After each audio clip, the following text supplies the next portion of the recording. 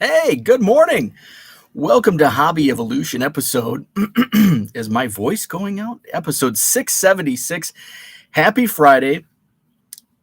I don't know if this microphone is on. Okay, let me know if you can hear me. Okay, the microphone should be muted. So you should not be able to hear me right now. Can you hear me? Microphone back on. Can you hear me now?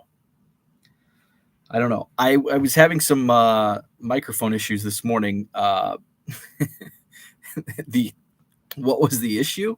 It was came unplugged. Okay, so I think it's actually using. I think this is plugged in, but I don't think this is actually working with YouTube. It gave me like 4 audio options. I heard you both times. Okay, so it's not using. So this is just a prop. This is the propophone, as John called it. So this is not working. This microphone's not working, but my computer is. So hopefully we don't get that cracking sound that we had the other day. I hate YouTube when it doesn't let me select the different microphones. I don't know. Dan says, good morning, happy hoodie Friday. Not a hoodie though today. It's going to be warm. It is September, and I was going to go back to hoodie Fridays, but it's warming up. So today's forecast. Here's the weather report for Madison, Wisconsin. Let's see. We've got 62, which is hoodie weather. 62 is hoodie weather, but it's going to be 80 today. So I don't think I talked about this yesterday. We went to the new house.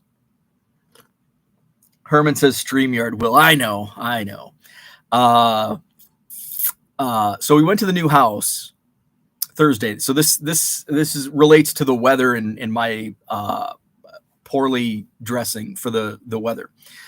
So we went, and I don't think I talked about this. We went to the new house on Wednesday, and I was wearing like jeans and basically like a shirt like this, like a heavier long sleeve shirt, not realizing it was going to be 80.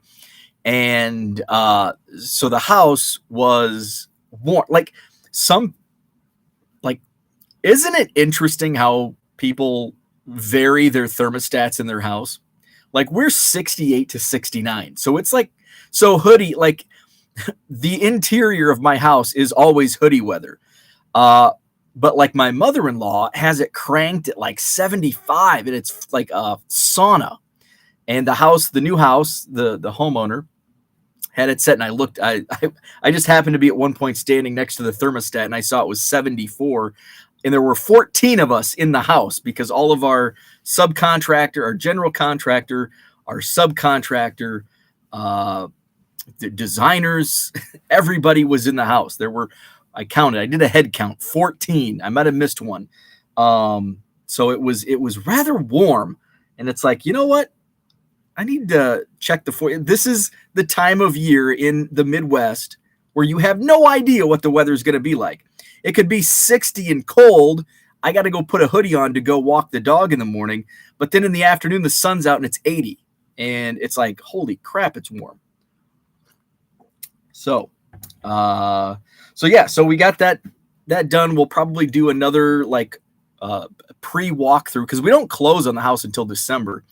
And then the demo begins in January. And my wife and I think I put sushi in the title. We went out for sushi last night. We've been doing a lot of carry out with sushi, and that was just like COVID. COVID turned us upside down in our dining, our going out to eat, dining out. So we went to sushi, and we were talking about how she wanted to. My wife, I don't know if she was watching something on Instagram, but talking about like the whole demo process, and I'm like, we got to do that. I suck at video, so let's hire somebody to do the video process. So she brought a cool idea, and I'm like, yes, I definitely want to do a video of like my basement, and the card room and the storage room and just the entire process, because it's the house is going to look completely different from how it was built and how it currently stands. So that's something that I plan on doing a YouTube series, and you know how I am with production. It's going to be pretty raw. But my wife said, suggested doing like a time lapse of the like the move in, like the empty room, and then like putting the shelves together and all that. So we were kind of brainstorming ideas on, it's like you can't set your phone up, but I'm like, well, I could do a web, like I'm going to buy a new computer here eventually. It's not going to take me as long to buy a new computer as it did to submit to my first grading. I talked about it for 3 years before I took the plunge. So it's like I can set up a webcam and do it that way. So I don't know if I'll actually do the time lapse, but I'm definitely gonna video document here on YouTube the process of building the world headquarters of 1 million Cubs. Okay, let's go to the chat. I was rambling on. Ed's with us. Happy Friday. Matt, good morning to Royals 417. Ed says, I heard you both times. So that means this microphone's just a prop today. David, good morning. Herman, good morning. Hobby World. Dan in the house says, good morning. Happy Hoodie Friday. StreamYard Will. Diego's in the house. What's up, man? 48 this morning in New York. So Hoodie Friday. Damn. 60. What did I say? 62 here. John said 47 degrees last night when walking the dog. One of my neighbors had 2 sprinklers going. Hey, speaking of, I've got some Frank news today. Frank has a robot lawnmower. I took, talking about dog walks, I took our dog for a walk yesterday, and there was a company, and it looked like a lawn care-ish type company. Truck was outside of Frank's house. Frank, my neighbor, and working on like something. And it's like, I wonder what Frank's doing. He just mowed this week. So it wasn't a lawn care service. He was mowing Wednesday when I went to the new house.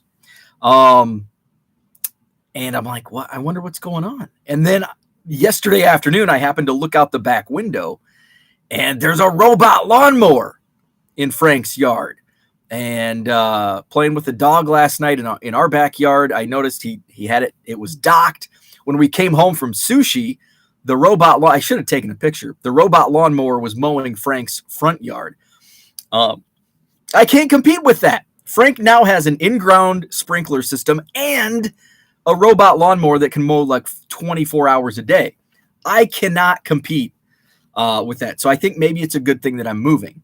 I don't have to compete with Frank and his 24/7 lawn care. But it's pretty cool. There's a few people in the neighborhood that have those robot lawnmowers, and frankly, Frank, no pun intended, frankly, I think robot lawnmowers suck. The yards look like crap.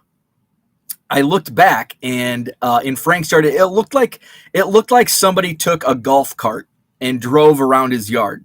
And I'm sure that's just like the learning curve for the robot, and it needs to get to know the land, the lay of the land. But it looked like it was just zigging and zagging all over the place. And it's like, that looks like crap.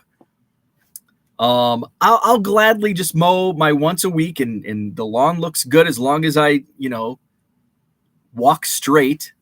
But I think robot lawnmowers suck. I think I don't know. Anyway, let's see. Terry's in the house. Good morning. Abraham, what's up? DR says, did you see that survey question I asked on Twitter? Actually, I just did. Somebody replied, and I wanted to talk about that, so I'm glad you brought it up. So Dan says, did you see the survey question I asked on Twitter with almost 200 people? 50% said they would expect a 15-card order to come with 15 top-loaded cards. I was really surprised. And I'm going to say I was not surprised. And I'm going to tell you why. So Dan's referencing his tweet. Let's go to the original tweet. If you ordered 15 cards from an eBay seller, would you expect to receive all 15 cards in 15 individual top loaders. So 50.3% of respondents, there were 181 votes, said no, but 49.7% said yes. Now, I think, Dan, if there was a qualifier, and I think there's room, and this is the tough thing about Twitter polls, is a lot of questions need qualifiers, and you'll get them in the comments. The whatabouts. Well, what about this? What about this? What about this? And it's like, if you have to qualify, if you have to have 700 qualifiers, it's okay. Just this is what it is. All things being equal. So in the general scheme of all things being equal, no qualifiers, I voted no. And why did I vote no? Because that's my thought process as both a buyer and a seller. If I buy 15 cards, because I'm not buying, if I buy 15 cards, they're not all going to be $100 cards. So my thought process personally is, if I buy 15 cards from an eBay seller, they're probably going to be $10 or less cards. So I don't care if they come in top loaders or not. Now, if I bought a lot of 15 cards and they're $150 each or $100 each or even $50 each, I expect them to be in top loaders. So there is a qualifier. And I think if that qualifier is added on a value perspective, if you put the same question with a qualifier, if all cards are valued under $10 each, I think those results will be closer to 70%, maybe even 75% no to 25% yes.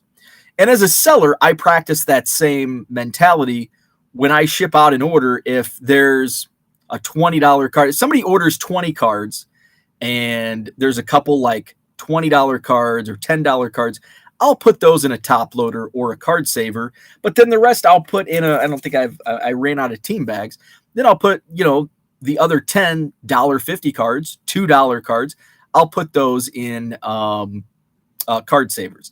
And it's all value. It's all based on value for me as a seller. I'm not buying too much when it comes to lots on eBay. So if I did, it would all be like, and if they came, and as long as they came in, good condition, if they weren't damaged because they weren't in a top loader or card saver, I wouldn't really care. Would I prefer it? I'd probably prefer it if they were all, above a certain value, $20 plus, $50 plus, then I would want them. If they're a bunch of $2 cards, throw them in a team penny sleeve, team bag, cardboard protection, boom, I'm good. So I think that poll would be much different with that qualifier. As it was, I'm a little surprised it was right down the middle at 50-50. But I'm not shocked. Justin says, good morning. Are we talking about sushi? Yes. So we went to sushi. So what's your favorite sushi roll? So, and I'm going to say we go to a place in if you're ever in Madison, the Madison area on the far west side suburb of Middleton, Wisconsin, which is basically our neighborhood, our nearest. That's where my post office is, where we go for sushi. It's where our homemade Chinese noodles restaurant is, Taigu. They have a bar called Long Table that's really cool. That's downtown also. Anyway, sushi last night. It's called Takara 88. We started. It's like when my wife and I started dating. It's like, let's go out for sushi, and we'd go to various sushi places. We liked sushi, but we kept going back to Takara, and the service was great. And we became like regulars. We would go once. Sometimes my wife would go for like a work lunch. And so we got to know like the owners really well. They give us birthday cards. They gave us a wedding gift. So it's our cheers for sushi. But along with like just getting to know the owners and great service, the sushi's amazing. And we started and I think, even if we would go to another sushi place, it was good service, good sushi. It wasn't like Takara. Like, yeah, it was good, but it wasn't Takara. They know our orders. So I can pick up the phone. If say we do, because we've been doing a lot of carry out since COVID, I can pick up the phone and I can say I'd like to place an order for pickup. They don't know me by voice, I don't think. They know me by the order. So the order is Dragon Roll, California Roll, Dragon California, Godzilla, and this is how they know. Godzilla Roll with no spicy sauce. And then usually a fourth is the wild card sushi roll. Lately, I've been getting the ISO Fantastic. Sometimes it's been the Badger Roll. There's various. But Godzilla with no spicy sauce, because that's my wife's. It's like, I don't know what's all in there, but it's like cream cheese and it's like deep fried. But they put like a spicy sauce like on the menu, but we just do without the spicy sauce. Dragon's probably my favorite, and then but they're also good. They're also good. So so I'll put that order in, and then if it's Erica is the owner, if she answers and takes the order, she goes, "Okay, this is for Amy." Like, you got it. So they know us, and so we don't need menus. We just go in and they're like, Sapporo for you. Yes, thank you. Edamame, yes.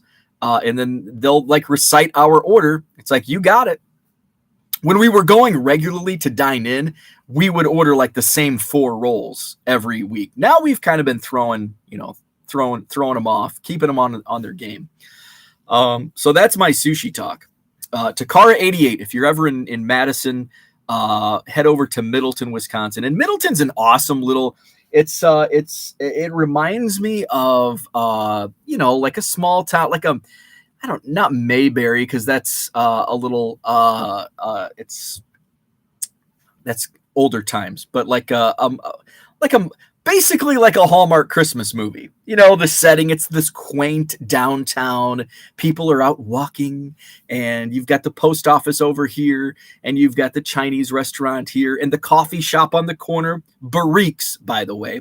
That was the first coffee shop I went to. And I went in like on it was probably a Friday night after work, and it was the first 2 weeks I had moved to Madison. And I took my laptop and I was doing some work for my work when I just started. And so I ordered whatever it was, and they asked me if I wanted alcohol in it. And I'm like, you can do that? They're like, yeah.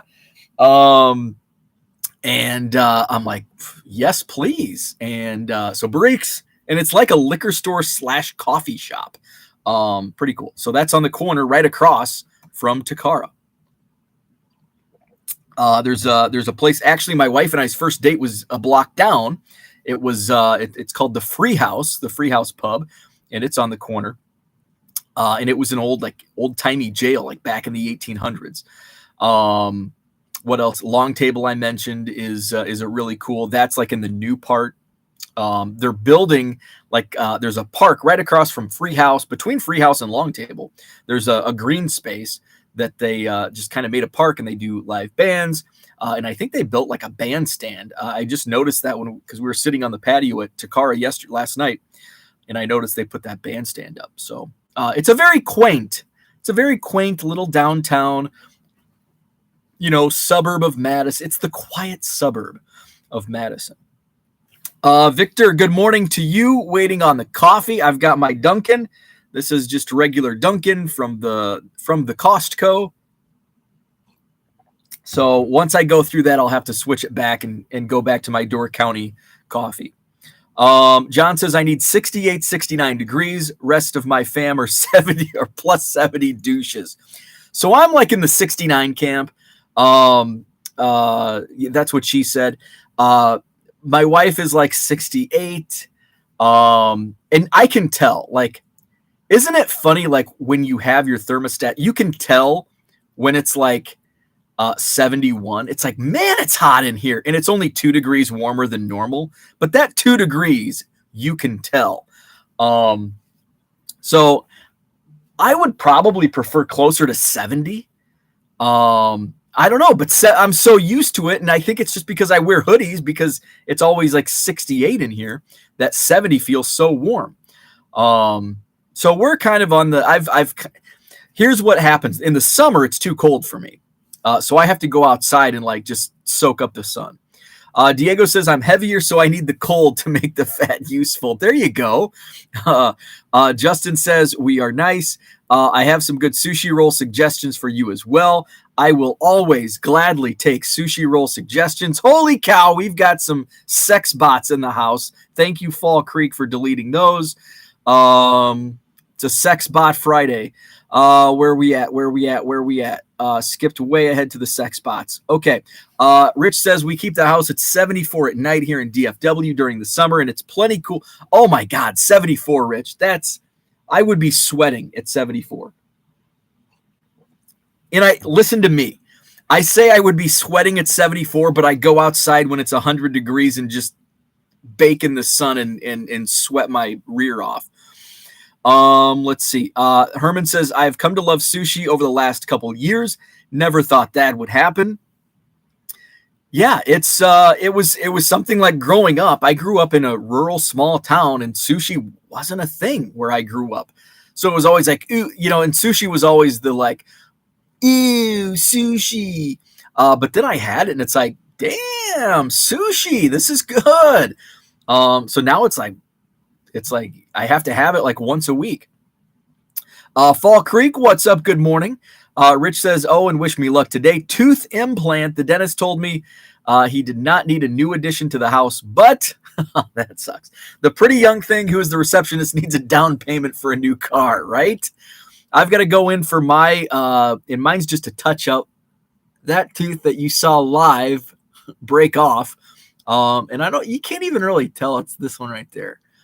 I have to go back in about a month for that little procedure. So hopefully it won't take long. Just a little touch-up work. Brian says, plenty of easy ways to do it. Cool idea. I don't know what that's in regards to. It's been I got on the sushi kick and now I forget what that was in reference to. John says, Frank on the fence about getting a dog, hence the robot. There you go. It's like it's a little companion. He doesn't have a dog. Except when he leaves the screen door open and my dog makes a run for his house. Let's see. Ed says, living next to Frank has sitcom written all over it. Andrew, what's up? Good morning to you. Happy Friday. Card Hobbyist, Paige and Deanie Bean, what is up? John says, I want all purchases to be in screw downs, right? I hate screw downs. I think everybody hates screw downs. And that's why I have not used, I think so the BCW interlocking cases. I've got my Ernie Banks rookie in one, but I have to have like a screwdriver. And I've mentioned this before. I'm not handy. I have two screwdrivers in the entire house. I have a flathead and I have a Phillips head. And they're upstairs in the closet in a tackle box, toolbox, with all of the other tools that I never use. And so it's like, oh man, I have to go upstairs to get the screwdriver. Which my dad, rolling in his grave, he like had a screwdriver in his shirt pocket. So yeah, it's like I had that one collection I bought back in like May. The Jerry Rice rookie was in there, and that's like the main card. It's like, okay, I can flip this fast and get, a fifth of the value back that I paid for this lot. But it was in a screw down. And it's like, oh, now I've got to go upstairs, get the screwdriver. I've got to undo and carefully, hopefully there's not moisture in there. That's how my Earl Cunningham 1990 score autographed in blue Sharpie was damaged as a kid. Got a little too much moisture inside the screw down holder. And then poor Earl's face came off and I had to throw the card away. And then for 15 years, I was looking for a replacement, finally found one. So I don't like screw downs. And that's why I haven't used the interlocking cases yet, because it's like, I like everything. I just wish it could clasp together. And I know the screw down. I know that I don't know. I just don't. And I think I'm probably that thought is probably in the majority. Nobody likes screw down holders. Let's see. Rich says, I voted no for the same reason as Bo just articulated, talking about Dan's poll. And we need a 90s artist who needs a comeback to sing the Next Door Frank theme song, a group such as the Bare Naked Ladies. I like it. That would make a good Next Door Frank song. We've got, what are the lyrics to Pearl Jam's Dirty Frank? Although Frank's not dirty. It doesn't fit. Maybe we could do a play on Dirty Frank. It's whatever it is. Cooter, what's up? I expect all my card purchases to be delivered in DVD cases, right?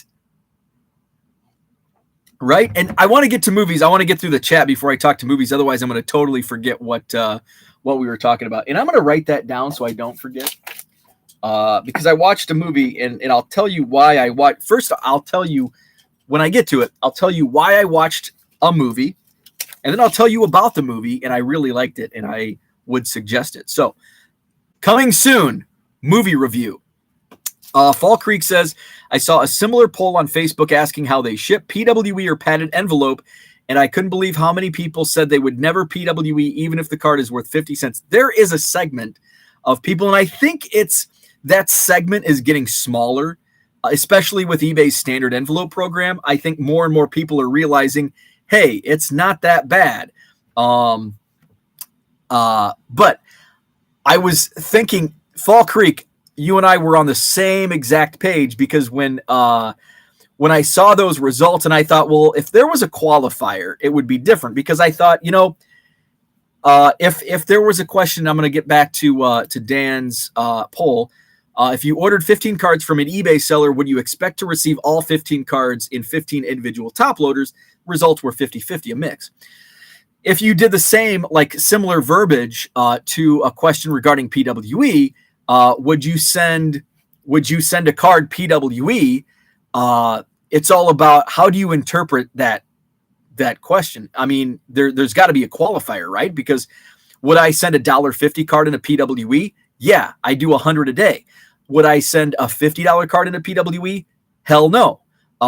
So with that qualifier, and that's the first thing I thought of, is like, okay, if there was a qualifier, if a poll was worded similarly with PWE versus bubble mailer, I think you'll get, and I think the results on that would be even. I think the no PWE would be in the minority by far. Rich says the dynamite roll. I don't know if I've ever had a dynamite roll. Herman's going with the spicy salmon. That's a good roll. I do like the spicy salmon. Ed says if you sell on eBay, that poll should not surprise you. That is, I will agree with you on that.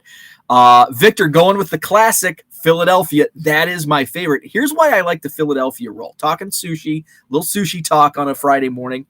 I love the Philadelphia roll because I like my sushi rolls with wasabi and ginger. I love that kick. I love that wasabi ginger on top, and it's just it's fireworks of flavor in your mouth. I love it. But the dragon roll, and this is why I like to add a little Philadelphia on my plate, because the dragon roll has like the eel sauce. So it's already bursting with flavor. So I don't need that kick from the wasabi and ginger, but on like a Philadelphia or a California, it's kind of a bland taste because it's like cream cheese. What's Philadelphia? Cream cheese, salmon. Is it salmon? Yeah, I think it's salmon, cream cheese, and avocado. So it's all kind of bland flavors with rice. So that wasabi and ginger adds that perfect flavor to it. But some of the other rolls, like the Godzilla, is like deep fried. So the wasabi and ginger just doesn't mesh well with that flavor profile. So that's why I like to add a Philadelphia or a California on the plate so I can get my wasabi and ginger kick. Let's see. John says sushi is a liberal plot to control your mind. It is. It is. I think they put tracking devices in the salmon. Kind of like it's the same It's the same as the COVID shot. They liquefy the tracking devices that they shoot into your arm, and they do the same in the sushi rolls. They liquefy it and they put the tracking devices inside the salmon or the rice in some cases. If they can get that, they can get it down a little. Little political humor this morning. Unagi with fried eel. I love fried eel. I don't think I've ever had unagi. It's a fun word to say, though. John says, I prefer the Rick roll with extra cheese. Dan says, is there a recording of your Twitter Space event? If not, what was your takeaway from yesterday? Great question. I know it was recorded. Let me see if it's available. What's cool is not only was it my first Twitter Space, it was Collect's their first Twitter Space as well. So that was cool. We shared a first.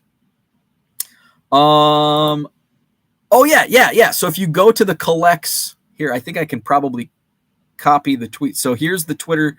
I'm going to copy link to tweet. Here is the link to Collect's Twitter Space from yesterday. There you go. So my takeaway, it was fun. It was good to kind of elaborate both sides. Like we were able to talk about Car Dealer Pro and kind of the ins and the outs, some of their future plans. We were able to talk about how I utilize Car Dealer Pro. Ted touched on the issues that they're having. And I know a few of you here watching, even possibly in the chat, use Car Dealer Pro. And we've been having issues, right? For the last 8 days now. And I did another upload yesterday and it was way off. And so I reached out to Ted, and here's the thing, like, just be patient. And Ted took it, like, boom, emailed me right back. Like, hey, we found, they reprocessed the batch for me. There was still some stuff. And so, communicate both ways. Like, so, and here's the thing. Sometimes what you're seeing from your uploads, and if you communicate that with their team, they'll be able to identify the issues faster. So what happened was my batch, and it was kind of a mixed bag of football. There was some 91 tops. There were some there was a couple Oklahoma State Cowboys football cards of Barry Sanders. That was one. It's like, that might not be yet in their library of images, so it may not identify. So I was cool with that. So Ted's like, we identified there were a couple that we didn't have sets logged yet. So when I got to my computer and I started looking into the batch, I noticed that the Bowman U football, I uploaded like 20 Bowman U base cards, Bowman U football base cards, and they weren't being recognized. But I had uploaded successfully 2 weeks ago Bowman U base cards. Now, it wasn't identifying the inserts, but it was identifying the base cards correctly 2 weeks ago, almost 3 weeks ago. And so I reached out, I emailed Ted, and I'm like, hey, I don't know if this helps or not, but the Bowman University football was not recognized on this batch, but I did an upload previously where it was being recognized. And so he shot an email right back, and he's like, actually, yes, that's very helpful. When did you upload? I went back to my timestamp, and it was August 29th when I did that upload. So if you can communicate issues you're having, it may help them find the issues faster. So communication is key. And I know it's frustrating. I'm frustrated. It's like, I want to keep uploading and list more cards faster and faster. And this is definitely slowing me down. But hopefully, like Ted mentioned, what happened was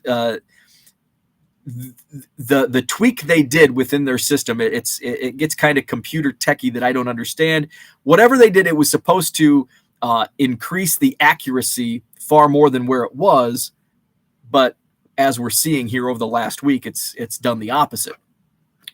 Hopefully, once all the kinks are out, those issues will be no more, and we'll have a more efficient Car Dealer Pro. So link is in the chat to the Twitter Spaces. It was recorded, and I think you can listen back on that tweet.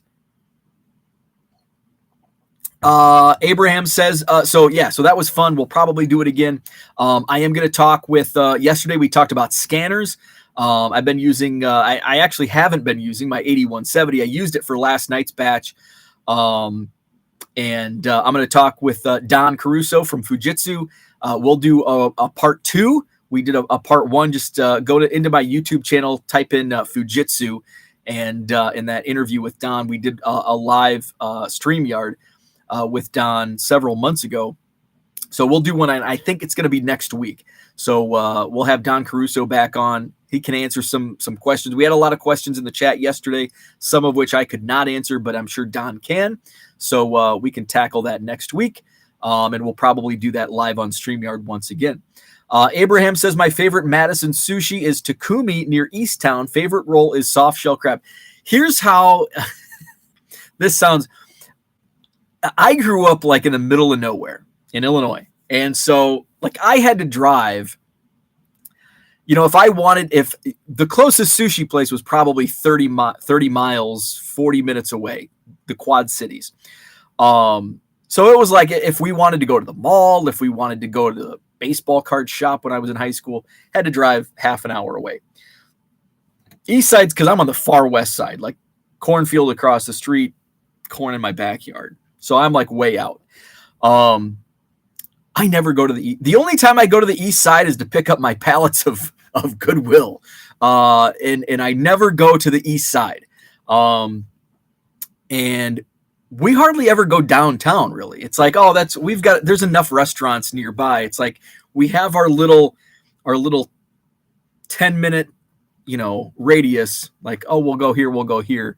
So I've never ventured out. So I don't think I've ever eaten at a restaurant on the east side. Like it's almost like there's like a giant wall, on what's a street downtown, like King Street. Cause I know that's near, the burger restaurant I like, or, John Nolan Drive. It's like John Nolan Drive is like there's a giant wall at John Nolan Drive that I don't cross. So I don't think I've ever been out to eat to a restaurant east of downtown. Now I drive, if I'm going in that direction, I'll drive through there, but I don't think I've ever okay, I take that, and I don't know if it's like Willie Street. I don't know if that's still kind of like downtown-ish. Because I have some friends on the near east side, I guess, just off of like Willie Street. I should venture out a little more. There's probably some really good restaurants. There's a lot of good restaurants in Madison, and many of them I have not gone to because I have like a rotation of like 5. It's like, okay, here are the options. Mark Hoyle, what is up? Good morning. Ray from Philly says, who wants some Scrapple? What's up, Ray? Zach and Porter, good morning. John wants some Scrapple. Let's see. Diego wants some. Zach and Porter, PIYing, catch up. I'll scratch my way forward. I think he means playing catch up. Playing. PLYing. Rich says there's a place near me called Tokyo One, which is a sushi buffet and pretty darn good. Paige and Deanie Bean says sushi is for lazy cooks that don't want to turn on the oven. Oh, I love sushi. Love it. What I love is, and ironically, the only time I've ever had the conveyor belt sushi, where it's basically, and Rich, I wonder if is Tokyo One sushi buffet, is it like a buffet as we know, like most restaurants, a buffet, or do they have the conveyor where you sit at a table and a conveyor belt comes around with a plate of usually like 2 pieces of sushi, and you just grab the plate off the conveyor belt and eat away? Ironically, I've only been to one of those, and one opened up here in Madison, but it's like we are what's the term I'm looking for? Loyal. We are loyal to Takara, so we rarely go to other sushi places. Although I take that back. There's one other place that's really fast for like carry out. So like during COVID, Takara was like, okay, it'll be ready in an hour and a half. It's like, okay, we're hungry now. And we found one that has decent sushi, not as good as Takara, but they were really fast. Anyway, the conveyor belt sushi, the only time I've been to a conveyor belt sushi place was in Italy. I think it was in Florence. And it's like, this is amazing. I wish we had this. I wish Takara had this. But there is now one opened here in Madison on the west side. But it's like, we like Takara. It's like conveyor belt sushi. It's cool, but we've got Takara. Let's see. The sex bots in the house. Let's see. Where are we at? Where's this? Okay, we got to get past all these sex bots. Let's see. Rich says, Bo, I literally spit up with your 69 comment. Terry says, I keep my thermostat on 70 to 72, but it's a split level, and the upper is always about 8 degrees hotter. And that's kind of how we're like the basement. Like it's 69 upstairs, but down here it feels like it's 64. And it's like, so it's always hoodie weather. Rich says, Bo, what happens when you mention 69? It's an invite. I said 69, and all of a sudden 69mega.com pops up. Oh, that's a good point. I didn't even think about that. Victor says, my AC gets turned on once the temp reaches 80 at the house. Sushi, not a thing. So I used to, like, I think 676 episodes in, we've come to the realization that I am stubborn.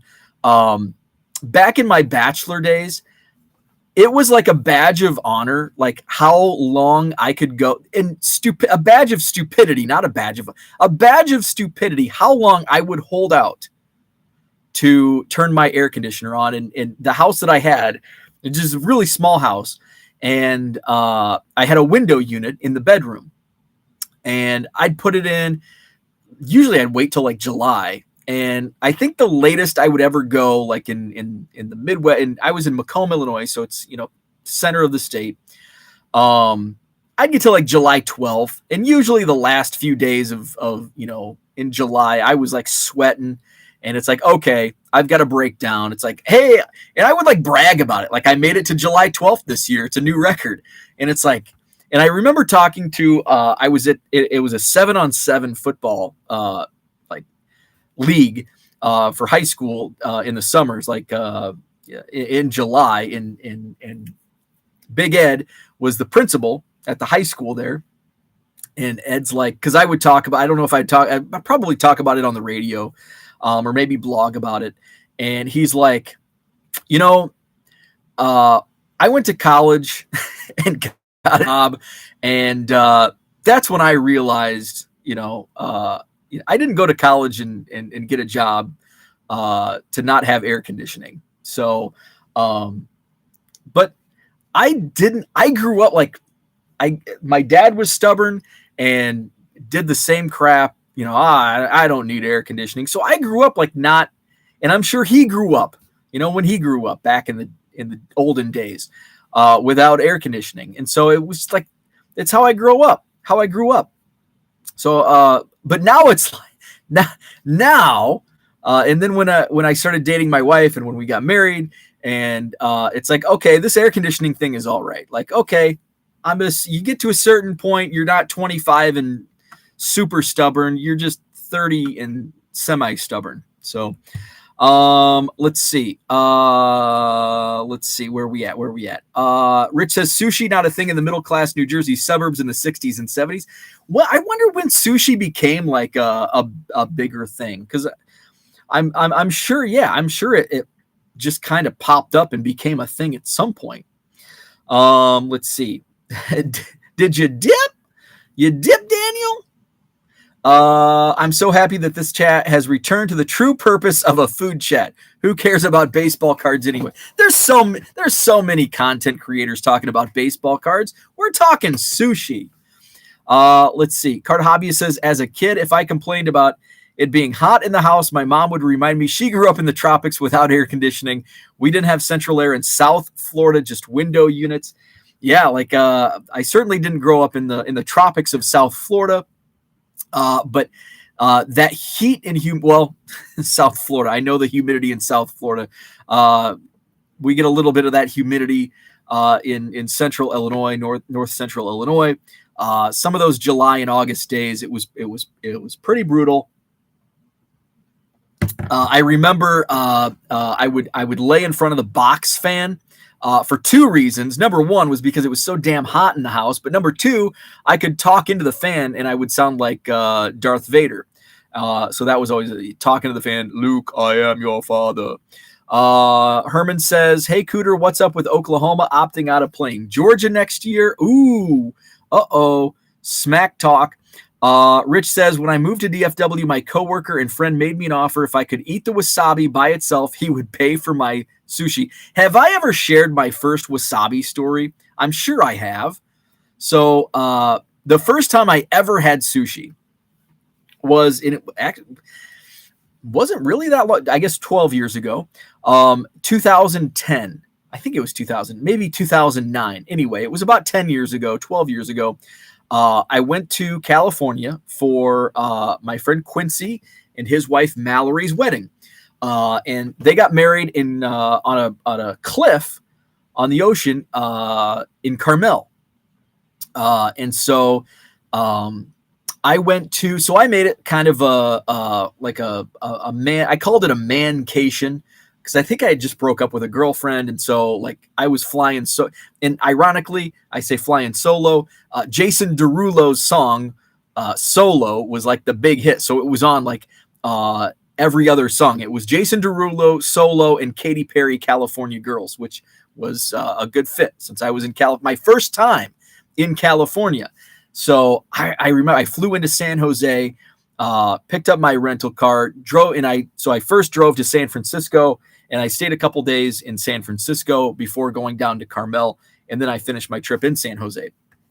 And I just remember driving, and I saw like the Palo Alto. It's like, whoa, that's where Stanford is, and like I was just like, it was my first time, like 2009, I think, first time on a plane. How old was I? Late 20s. I don't know how old I was. But first time flying, first time in California. I was just like, I was awestruck.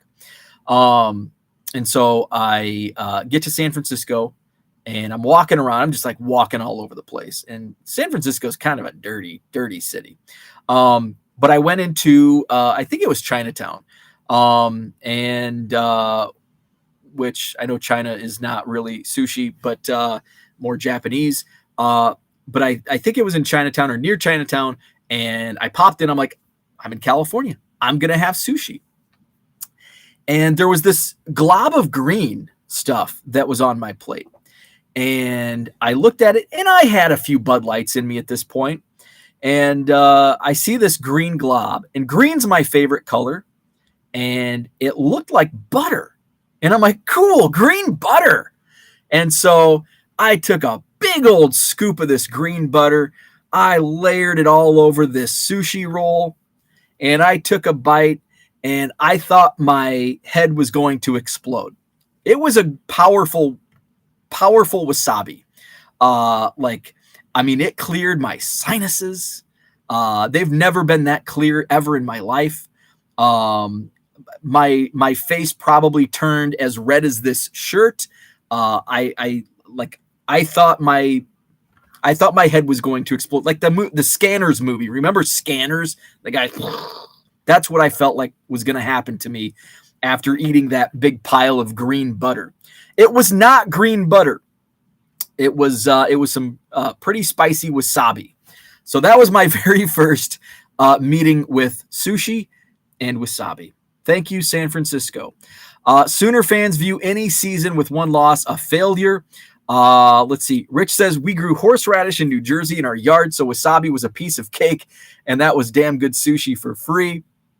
I remember my dad making horseradish, like a horseradish sauce as a kid, and it was almost like how and it's not like spicy. It's got a kick.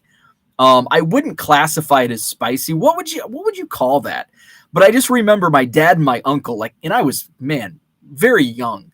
Because my grandma went to a nursing home when I was probably 7. So this would have been, I was at my grandma's house. So I was probably only like 6 years old. But for some reason I remember them, and I think it just struck me. I don't know if I had any, and it just like, it tarnished me. But I remember stay away from the horseradish sauce. And I remember my dad and my uncle just like, it was almost like a competition to see how much they could eat. And I just remember them. I thought they were going to die, and I'm a 6-year-old. So it kind of scarred me. So I stayed away from horseradish until that fateful day in San Francisco, where I met wasabi for the first time. Brian Wolf, what's up? Good morning to you. Herman should get on with you and talk about the big TCDB and Sport Lots news announced yesterday. I'll pass on that because I don't use Sport Lots nor TCDB much, but I expect Herman will talk a lot about that on Monday night. That would be cool if somebody else that uses it. I won't book Herman's guests. I'll leave that to Herman. But I think that would be a good idea if he could get on with somebody that uses those platforms. Like, I've used Sport Lots in the past, but it's been so long. It's been 5 years since I've sold on Sport Lots, and it's been probably 3 or 4 since I've bought on Sport Lots. TCDB, I have a little more experience. I just wiped out. My recent experience was I deleted everything in my collection just so I could get it organized. But I haven't dived back into TCDB. Let's see where we at. Oh, I think I already talked about that. Let's get all these 69 chats, and I keep saying 69, so that probably keeps attracting the bots, those damn sex bots. Let's see. Paige and Deanie Bean says Scrapple, honey, and peanut butter. I don't even know what Scrapple is. Is it like a peanut butter toffee thing? I don't know. Let's see. Rich has to go. Good luck, Rich. I'll let you know what Aspen chooses to be her new car. Card Hobbyist says Bo drove to see the Quad City DJs, not for sushi. Come on, ride the train. Come on, ride the train. And, unfortunately, the Quad City DJs, they weren't even from the Quad Cities. I was so bummed when I learned that information as a teenager. The Quad City DJs, they're not even from the Quad Cities. Let's see. Brendan Ryan, what's up? Good morning. Abraham says we went to the sushi train on the west side. Sushi was just okay, but it is fun. The sushi train. Oh, is that like on the near west side? So here's the thing. When I say west side is like I'm on like the far, far, far west side. So when I if there's like a news like this happened on the west side of Madison, it's like, oh my God, this is my neighborhood. And it's like, oh my, that's like downtown. Like that's downtown. And I wonder if that's the same with the east side. Like, because I think of the east side is like where East Washington starts. So like, whatever the last street of the square is, that's the east side to me. But if you live like way out on the east side, it's like the same as what I think of the west side. Anyway, me rambling. Herman says, Rich, my thought is that Sport Lots has way more to gain from that partnership than TCDB. Pricing is that big of an issue on there. Let's see. Donovan says wasabi. Yeah, so that's an interesting, I don't really have, I think it's good. So Rich and Herman are referencing, there was an announcement, Sport Lots and TCDB have partnered up for a strategic partnership. So I'm going to read, it's pretty quick. So I'll just read it straight from the website, sportlots.com. Sport Lots and Trading Card Database are pleased to announce a strategic partnership. This partnership will provide trading card database and their members with important pricing history data from sport lots to tie into their checklist database. Trading card database members will be able to view current and historic pricing trends for any card sold on sport lots. Sport lots will now have access to trading card database's vast non-sports checklists, allowing sport lots quicker expansion of its marketplace into the non-sports arena. This includes all existing non-sports checklists, along with live access to any new non-sports checklists going forward. Both companies will continue to look for other areas where we can strengthen collaboration. So, I'm gonna just kind of dissect this. So, where's Herman's comment? He says, "My thought is that Sportlots has way more to gain from that partnership than TCDB." I totally agree with that. He says pricing is that big of an issue on there. I don't think pricing is. I don't think that moves the needle at all in this. And here's why.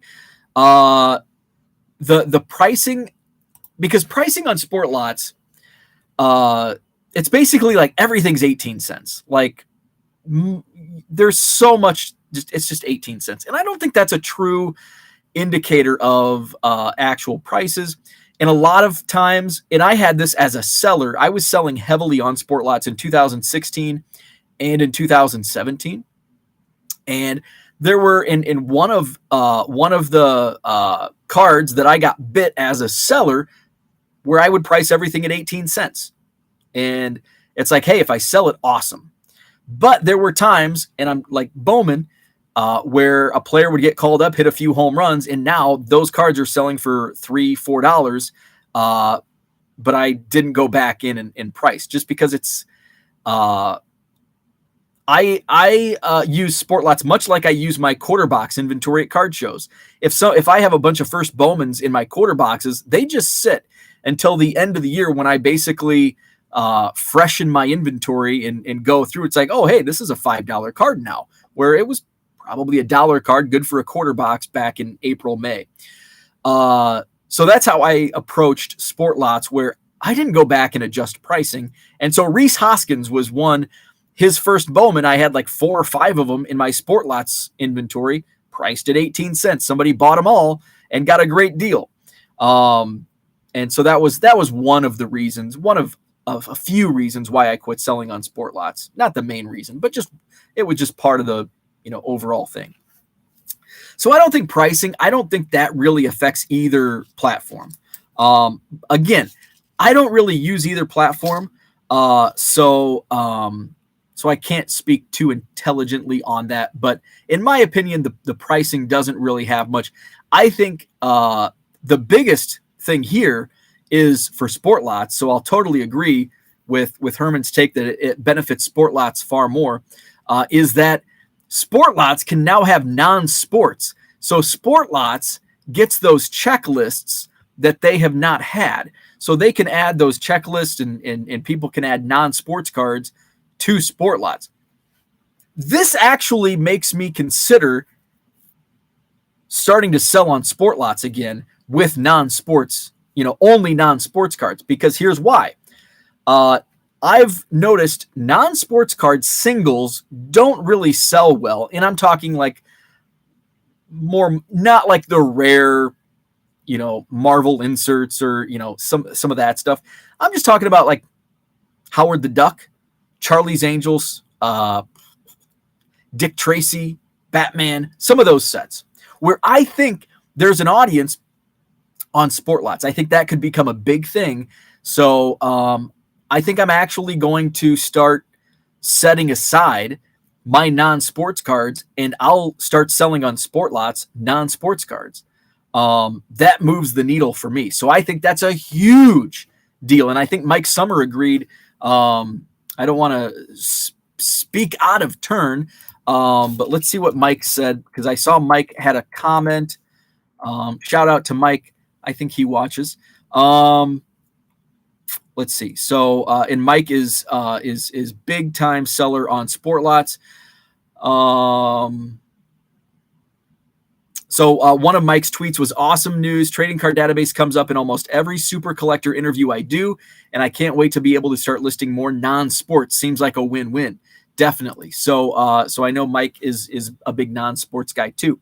So I think that moves the needle for me, like because I don't move many non-sports. And here's another reason that I don't sell non-sports on eBay, because there's Card Dealer Pro doesn't have like the non-sports, images. So it's and I'm sure it's coming down the road for the AI companies, or not AI companies, but companies that platforms that are using the AI technology, Chronazio, Card Dealer Pro. It's probably coming down the road, but it's not there yet. But if I had a checklist there and it's like, here's a set of RoboCop cards, boom, I've got one of each, boom, put it into Sport Lots, and we'll see how it goes. So that is something that I've poo-pooed as being, personally for me. I think it's great for certain sellers, like a Mike Summer, but it's just not for me. And if they open those checklists to non-sports, I think it becomes for me, because I have a lot of non-sports cards, but I just don't have a platform to sell them on, because eBay's just not, it just doesn't work for, I could use File Exchange, but I just don't see the sales. Will I see the sales on Sport Lots? Maybe, maybe not. I don't know. But maybe at 18 cents a card as opposed to $1.50 on eBay, maybe there is an audience. We'll see. Time will tell. But I think that's the biggest. I think that's the biggest takeaway on the strategic partnership between Trading Card Database and Sport Lots is Sport Lots now has access, or will have access, to those checklists for non-sports sets. Paige and Deanie Bean says, Herman, do you have an email address for Dean and I are setting aside Braves cards? Let's see. Herman says email.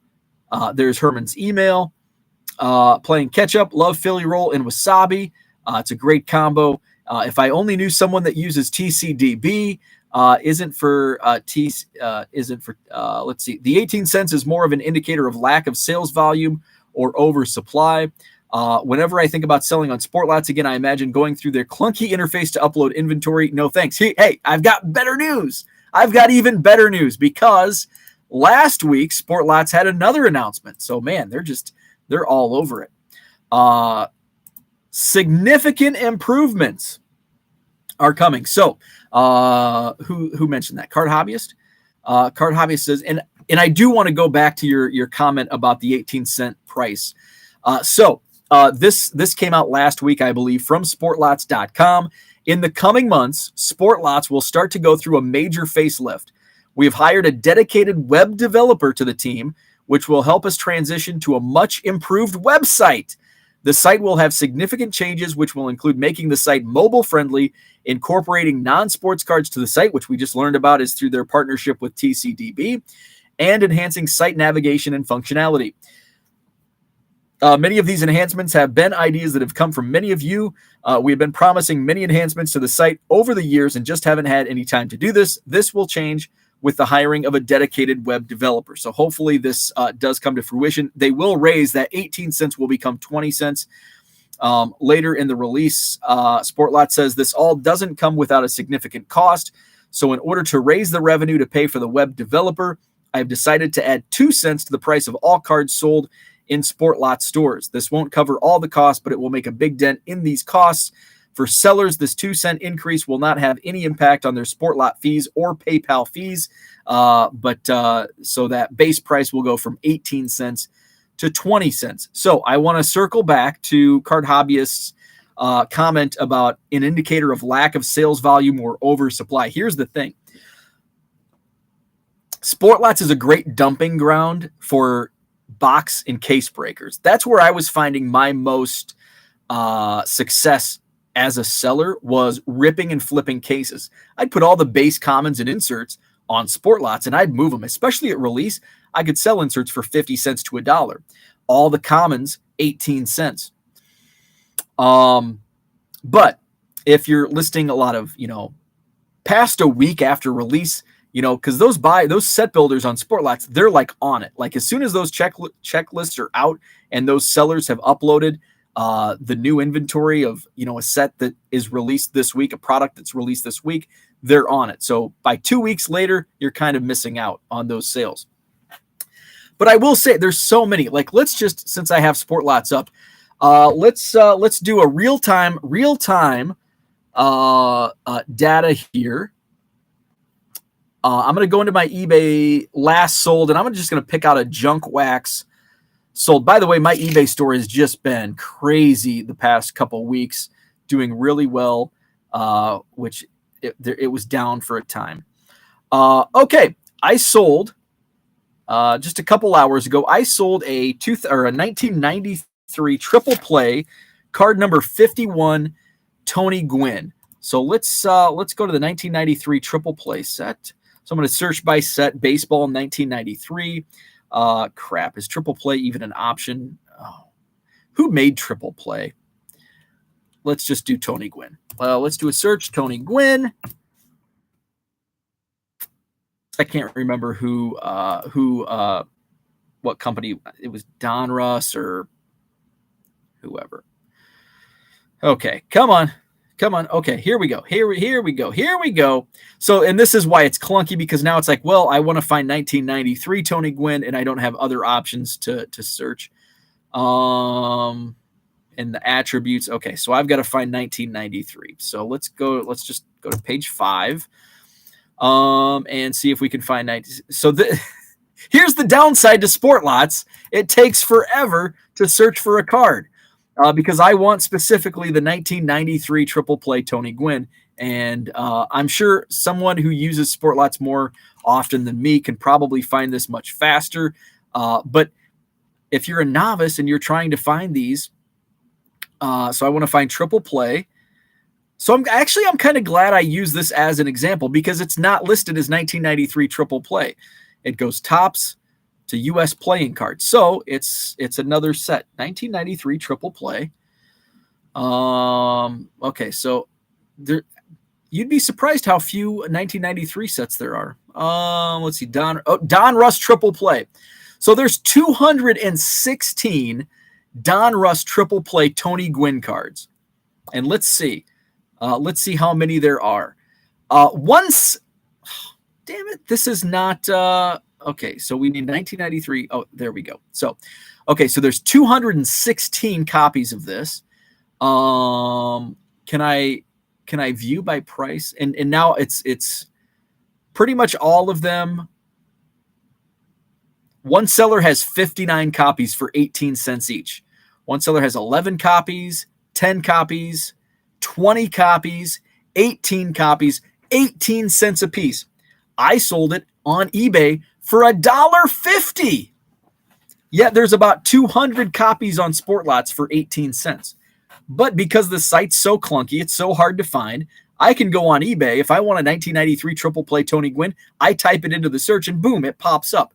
I don't think I can do that on Sport Lots. Let's see. 1993 triple play Tony Gwynn. I'm going to have egg on my face. Okay, you can. Okay, if you type in 1993 triple play Tony Gwynn, it works similar to eBay search. So egg on my face, you can actually do that. I spent way too much time, so it is a little easier than I anticipated, but there's your thing. So I just wanted to go back to Card Hobbyist 18 cents indicator of lack of sales. Now, would I tell you to go out and buy a whole bunch of 1993 triple play cards because, hey, if Tony Gwynn sells everything? No, that's box 5K. So it's probably been in my eBay store for a month or 2 months. Hey, that's still pretty good for a 1993 triple play Tony Gwynn. So that's the thing. There's so many cards on Sport Lots that are priced at 18 cents that I move on a daily basis on eBay for $1.50. So I just did want to talk about that. Tracy says, going to be 20 cents starting end of the month. Yes, they are increasing at 2 cents. Herman says, giving your take about Sport Lots, that may be a good way for me to start picking up more Inkworks Smallville cards. There you go. David says, Don Russ triple play. Good morning, Zach. What is up? Herman says, with the cost of most people shipping on Sport Lots, it was probably cheaper to buy on eBay. And that's another good point, because now if I've got to go through 216 and find and now you got to figure out, well, what's shipping? And I forget how do you even, okay. So you click on the username. So the cheapest, so the first one that comes up on the search, I could buy it for 18 cents, but I have to pay $1.50. That's his cheapest shipping. Even the Sport Lots box, this user has $1.50. So I'm paying $1.68, and I'm paying that. Are there taxes on Sport Lots? There's a tax, so it's about the same price if you include tax on Sport Lots. It'll be on eBay. It'll be a little less on eBay still, even with that tax included. So let's go to the second user at 18 cents. So I could send it to a box for 25 cents, but then you've got to pay the box shipping. If you only want the Tony Gwynn card, you're not going to send it to a box. So he does have budget shipping $1. So this seller, it would be $1.18. So that is a little less. Let's go to the next one. Brian SCS. I know he's a big time seller. Wow. His cheapest ship. I don't know. I thought he was a big time seller, but his cheapest shipping is $4.25. Holy crap. That's budget shipping. So we're not going to buy from him. Jesse Carr, 10-cent box shipping, $2 budget. So that would be more. Let's see. Jay Westport. I bought from him some Cubs cards. He's got 40-cent box shipping, $1.10 budget. So like Herman says, most of these you're paying about $1.50 anyway. So you might as well go on eBay. More people use eBay than Sport Lots. Before I go, I'm an hour and 11 minutes in. I did want to talk about, I wrote it down, movie. Watched a movie yesterday. Why did I watch a movie? I watched a movie because I was just tired of hobby content, and I didn't want to listen to baseball card talk. I didn't want to listen to wrestling. It's like I didn't want to listen to a podcast. It's like I'm going to put a movie on and see if how that is. Because sometimes when I'm listening to something, it takes me, and this is unique. I should probably do a separate episode on just this concept. When I listen back to Hobby Hotline, I'm kind of like, I kind of drown myself in the content. And so I feel like I'm more productive with my shipping when I'm listening to a show like that, when I'm very engaged to the content. But sometimes if it's like wrestling or a podcast, I'm just kind of like, I'm not really in. So I feel like I'm not as engaged with my shipping process. So I'm like, I'm going to see if I turn a movie on. So I had Peacock on because I was like, I'm going to watch like an old wrestling video, have that on in the background. And when I say watch, it's basically just background noise as I'm shipping. So it's like, you know what? I want to try the movie thing. I'm going to see if background noise from a movie. And then I start looking through the movies and it's like, well, then I overthink it. Well, I don't want to watch a movie or have a movie on in the background that I actually want to watch, but I don't want to put something on in the background that I'm not going to be like engaged, because then I feel like I'm not being productive. So there's a movie on Peacock, and I think it actually came out in theaters a while back, called The Black Phone. And it is, I did some, after I watched the movie, I kind of read up, I wanted to read some reviews just after I watched it, because I would, like, if I was pulling orders, I would like actually turn it on just so I could watch it. So it's basically, and I love true crime, and I love time set movies from the 70s because it was before I was born, and there's just something like, I don't know, it's just something unique about that time period. So it was time set in 1978, which is kind of like right before I was born. So it's like, you know, just before. And it was time set in the 70s, and it was about a serial killer called the Grabber. And so this hits home because I grew up in the mid 80s. I was a little kid in the mid 80s, and stranger danger was a huge thing. The milk carton, missing kids on a milk carton, stranger danger, vans. Oh my God, it's a van with no windows. You had to run away because it's a kidnapper. And that was the fear in America in, you know, the late 70s, early 80s. You had the paper boys, you know, the Johnny Gosh in Iowa. You had, you know, the faces on the milk cartons. So that whole like era and those storylines, you know, I'm interested in, you know, reading books on that and just watching, because it's kind of nostalgia for me. Like I remember growing up being in fear of vans and Stranger Danger, and Don't Talk to Strangers, and all that. So it was based on it's called The Black Phone. It was based on a short story by Joe Hill. Now, Joe Hill is the son of Stephen King. So it's not based on a true story, but it's inspired by many true stories. So it has elements of John Wayne Gacy. It has elements of Stranger Danger. It's set in 1978, which was right during the time of John Wayne Gacy. It's about younger boys being kidnapped by this grabber who is in a black van. And it's a great movie. I enjoyed it. Like, I enjoyed it more than I expected. And it's one of those movies that it's like, okay, I wasn't really paying attention and watching because I was shipping. But I was listening to the audio, and then I would fulfill an order and actually watch for a minute. So it's probably a movie I'll go back as we approach the spooky season of October and fall, Halloween time.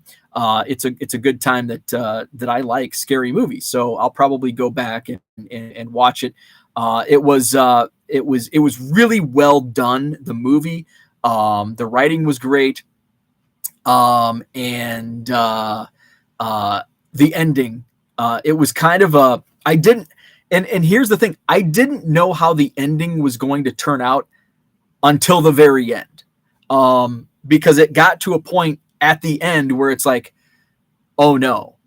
And I thought it was going to be a little like more on the psychological side, but I shouldn't give out any more information, because you should watch the movie, especially if you're into true crime, if you're into 70s set movies, because it's great. 1978. So it's a great film. The Black Phone. It's streaming on Peacock. I feel like this is a commercial for the movie or for Peacock, but it's not. But I enjoyed it. So if you're into scary movies, thrillers, true crime, well, it's not true, but those types of cases, that's what it's all about. So let's go into a couple chats here, a couple comments. Zach and Porter says, playing catch up, but monitoring the comments. Herman is correct. Hunting for the most cost-effective option outside the box method is time-consuming. Sport Lots has way more to gain. Yeah, totally agree.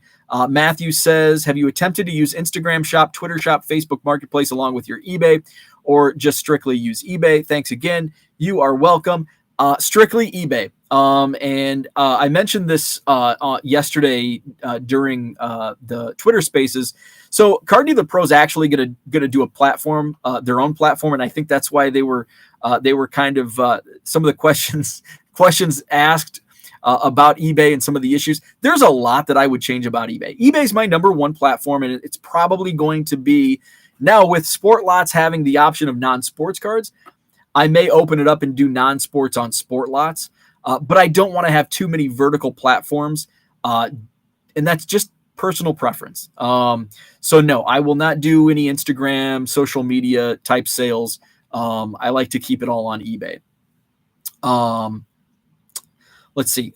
Zach and Porter says eBay is a better indicator on pricing than Sport Lots. I completely agree with that. Too many people set price in mass and forget it. That helps or hurts depending on what you want. Sport Lots pricing is stale. I agree. You throw some first Bowman, like there's some guys that pop up, and a lot of people go on Sport Lots to pick to snipe those 18 cent. Like, hey, this prospect, all of a sudden, this guy listed these cards in 2020. And now all of a sudden, this guy is a top 10 prospect in baseball where he wasn't even thought of in 2020. And there's a bunch of 18-cent cards, and now I can sell these for $5. So yes, I agree. Matthew says Sport Lots needs a user face upgrade for a more user-friendly website. Matthew just talked about that. Go to sportlots.com. That is coming. I just talked about that. They hired a web developer, so that is coming.